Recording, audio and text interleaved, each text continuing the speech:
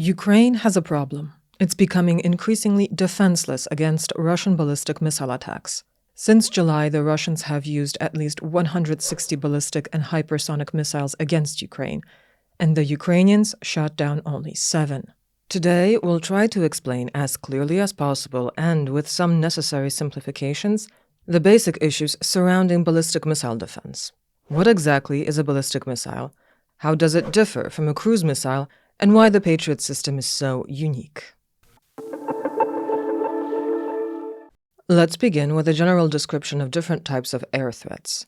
There are various definitions, but we'll start with very short-range weapons, which include, among others, aircraft bombs. Because definitions change over time, we included in this group artillery projectiles, which can be shot down. To jest ten najniższy poziom zagrożenia, powiedzmy. This group has the lowest level of aerial threat, which, in large-scale conflicts such as the war in Ukraine, is generally not something that is combated. Once these weapons are fired, they have to fall and hit something. The subjects of attack are launch sites or platforms from which these weapons are fired. In asymmetric conflicts, such as those in Iraq, Afghanistan, or Israel, there are systems capable of countering them, but they are not capable of dealing with mass attacks, such as those we see on the battlefield. They are also highly concentrated only on defending cities or individual installations. The next category is slow-moving unmanned aerial vehicles. These have a greater range than the first category. Te cele stosunkowo łatwo zwalczyć. Można je zwalczyć. These targets are relatively easy to destroy. They can be dealt with using machine guns mounted on trucks, helicopters, by interceptor drones, and a whole range of relatively cheap and simple systems. And here, Ukrainians are doing an excellent job taking them down. According to their own figures, they shoot down more than 95% of these types of targets. Another threat are cruise missiles. One zazwyczaj mają zasięg paruset kilometrów do niskich paru tysięcy kilometrów. In general, they have a range of several hundred kilometers to a few thousand kilometers, but they travel very quickly at around 800-900 kilometers per hour, flying very low over the ground. This makes them difficult to detect in the first place. Secondly, the time available to attack them is relatively short, because they move quite quickly, so they are difficult to eliminate from the ground. They could be eliminated, for example, by using air-to-air missiles fired from jet fighters. They are not an inherently complicated threat. We and the Ukrainians know how to deal with it. The most difficult to destroy are ballistic missiles, and this will be the main topic of this video. Ballistic missiles differ from cruise missiles mainly in their flight trajectory. Ballistic missiles fly almost vertically, as this animation shows. Apart from the category of short-range ballistic missiles, the other ones even enter space. Cruise missiles, on the other hand, fly almost horizontally. Pocisk manewrujący jest wystrzeliwany z samolotu. A cruise missile can be launched from an aircraft, from land, or from a ship, and then it flies along a low trajectory, following geographical features such as valleys. For example, it can fly between two buildings along a street. American Tomahawks did this in Baghdad. A ballistic missile works in a completely opposite way. It flies almost vertically upward, reaching the boundary of the atmosphere, crossing it, and entering space without reaching the first cosmic velocity or entering Earth orbit. And then it falls from space towards its target along a very steep, almost vertical trajectory. The fundamental difference is this descent, because it reaches incredibly high speeds, exceeding the speed of sound by 7 times, because of gravity and the distance and altitude from which it falls.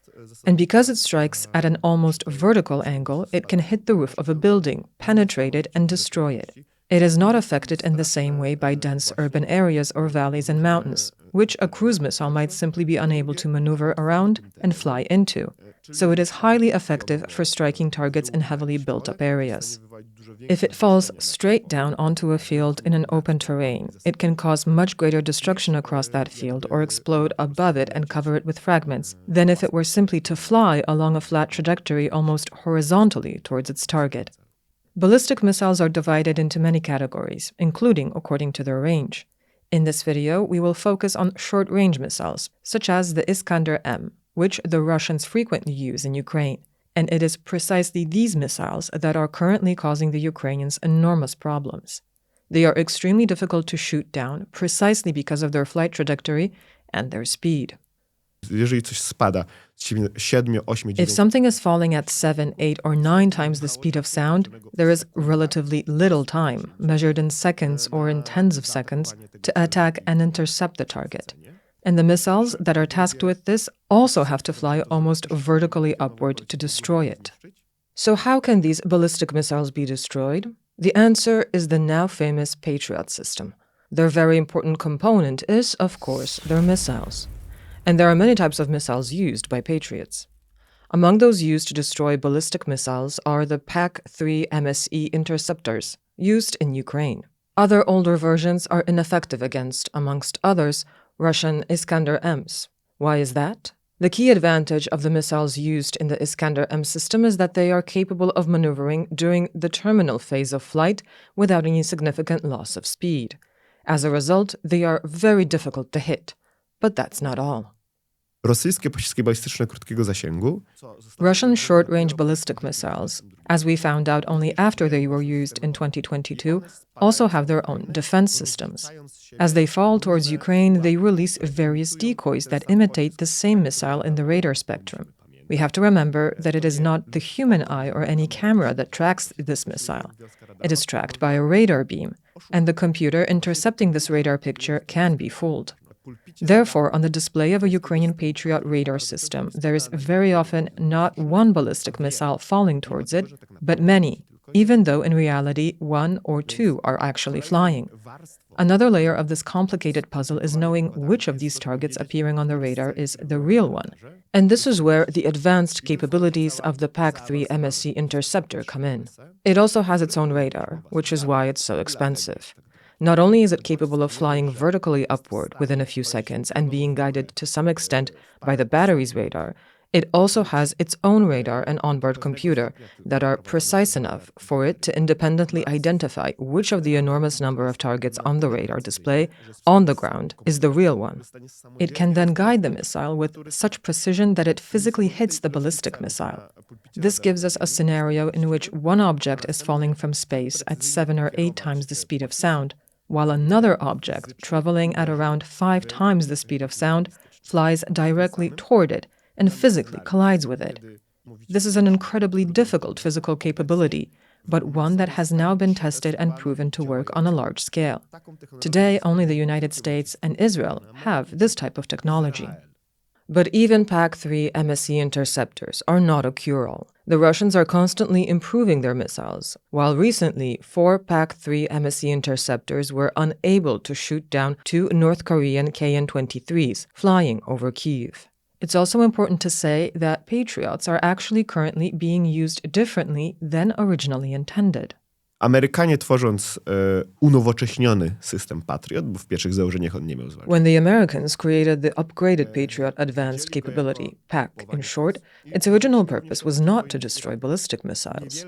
They saw it as a way of buying time. We saw this during the war in Iran. A relatively small number of systems protect airfields, buying time for the Air Force to destroy the enemy, and it's this type of warfare that the system was built for. It was never intended to defend an entire country.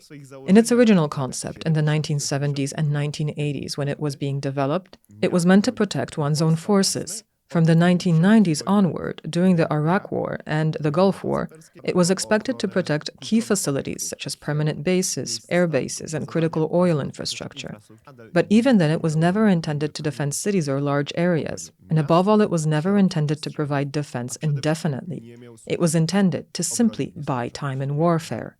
So, because there are no other options, Ukraine is using Patriots to protect the country, including its cities.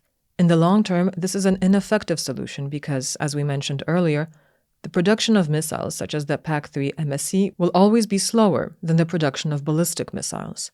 As a result, the aggressor has the advantage. And we can see the effect of this today. Ukraine has a major problem. It is becoming increasingly defenseless against Russian ballistic missiles. And the main reason is precisely the lack of sufficient Patriot batteries, and above all, the PAC-3 missiles we mentioned earlier. Problemy Ukrainy biorą się z tego, że tych pocisków fizycznie brakuje na planecie. Ukraine's problems stem from the fact that there simply aren't enough of these missiles in the world right now. Production has been scaling gradually over the years. And let's remember that this is a missile that entered operational service roughly 10 years ago. It's a new design and its production has gradually increased over the years. In addition, there is very high demand for it around the world. Saudi Arabia, Poland, and partly Germany purchased it in large quantities. And other countries, including Qatar, also bought them, meaning that the United States was unable to stockpile as many as it would have liked. Secondly, it turned out that the proliferation of threats was so extensive that production was unable to meet demand. The wars in Iran and Ukraine show that it is simply not possible to indefinitely produce more interceptor missiles than ballistic missiles, which are cheaper and easier to manufacture. Because, contrary to appearances, ballistic missiles simply fly into space and fall back down.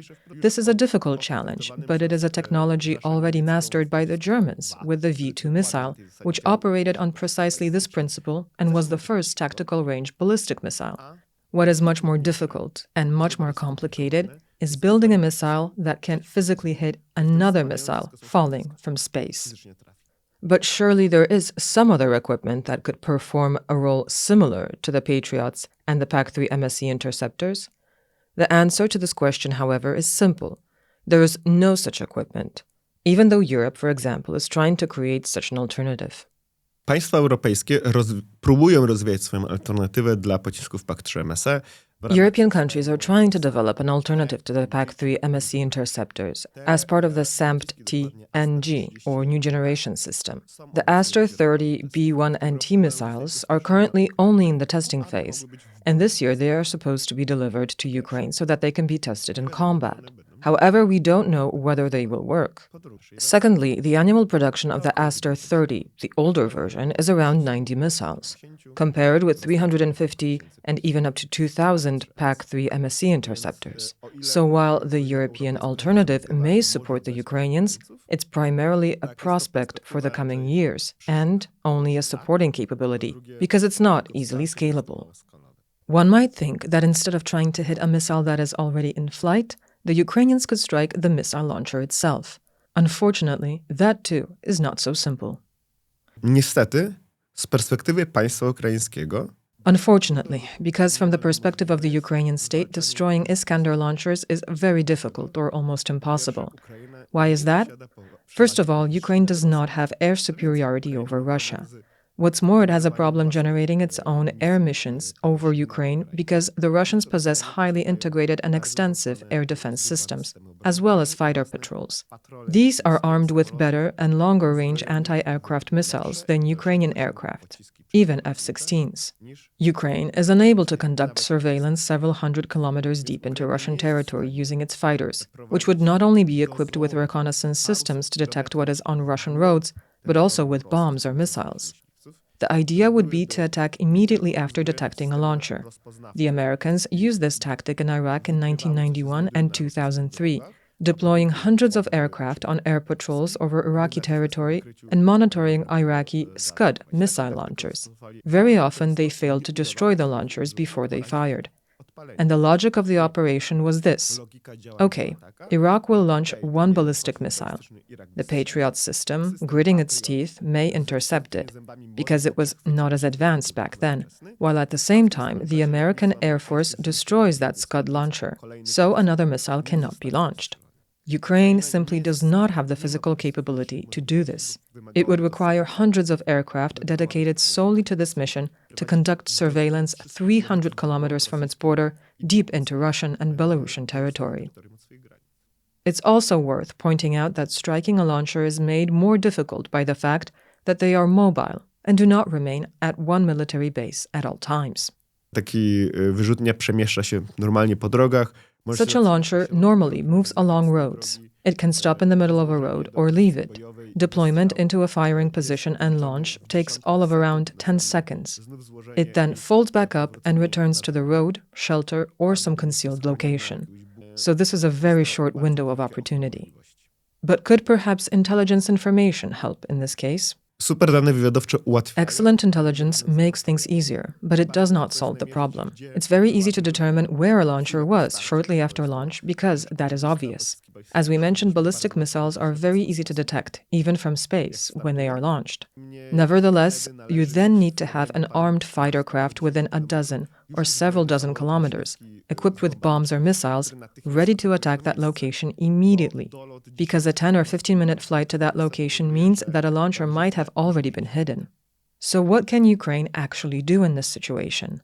Nie alternatywą, ale A sposobem. way for Ukraine to deal with this problem in the longer term would be to attack the means of production, that is, the factories.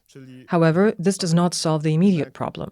Ballistic missiles are falling on Ukrainian cities right now, while the Ukrainians do not have interceptor missiles. A certain number of these missiles is continuously being produced, but production takes place at a limited rate. So, such attacks could give Ukraine some breathing room, not within days, weeks, or even months, but for roughly a quarter or half a year. After that period, the Russians would have to reduce the volume of their attacks. That is assuming it would work at all, because this is obviously not easy, and the Russians could also rebuild their technological capabilities. It's not as though a factory can simply be blown up once and then never be rebuilt or expanded. We're not talking about destroying a factory, because Ukrainians are not capable of doing that, but about partially damaging it, disrupting it, or reducing its production capability. But this still does not solve the fundamental problem. Russian ballistic missiles are falling on Ukrainians, and without PAC-3 MSE interceptors, they currently have no other way of defending themselves against them. Yet Ukraine is still trying to obtain more missiles. Ukraińcy każdego miesiąca otrzymują te pociski. To nie jest tak, że tych pocisków... The Ukrainians receive these missiles every month. It's not the case that there are absolutely zero missiles available. There have been periods when the Ukrainians ran out of them, but deliveries have been contracted for years. European countries and previously the United States purchased these missiles from the American defense industry. President Zelensky reported during his visit to Serbia that he had reached an agreement with President Trump under which a certain, obviously undisclosed number of these missiles would be delivered to Ukraine every month. However, this quantity is currently smaller than Russia's monthly production capacity for ballistic missiles. Moreover, to destroy one ballistic missile, you have to fire more than one interceptor missile, because the probability of kill, or the so-called PK, for the PAC-3 MSE is around 80 to 90%. This means that to be certain that a ballistic missile will be destroyed, two such missiles must be fired at the target. And because of their limited resources, Ukrainians are not using this tactic. As a result, we see some ballistic missiles getting through, even when the Ukrainians possess MSE interceptors and use them. In the short term, it seems that there is no solution capable of helping Ukraine immediately, other than additional donations from countries that are reluctant to make those donations. We're talking about European countries and the United States. Each of these countries wants to retain a certain number of these missiles for itself, because they are something of a holy grail for its own security and protection. And Ukraine is pressing, in this case Germany and Poland, to partially give up some of their stocks. However, it appears that there is no willingness to do so. So unfortunately, we simply have to wait. This is a very difficult answer, but we have to wait for production of these missiles to increase to a level sufficient for all users, while simultaneously accelerating that increase in production through its partial diversification beyond the United States. These missiles are already being produced in Japan, and they should also be produced in Europe, and preferably on Polish territory. Thank you for watching. If you liked this video, why not watch another that we chose especially for you, on screen now. And don't forget to subscribe.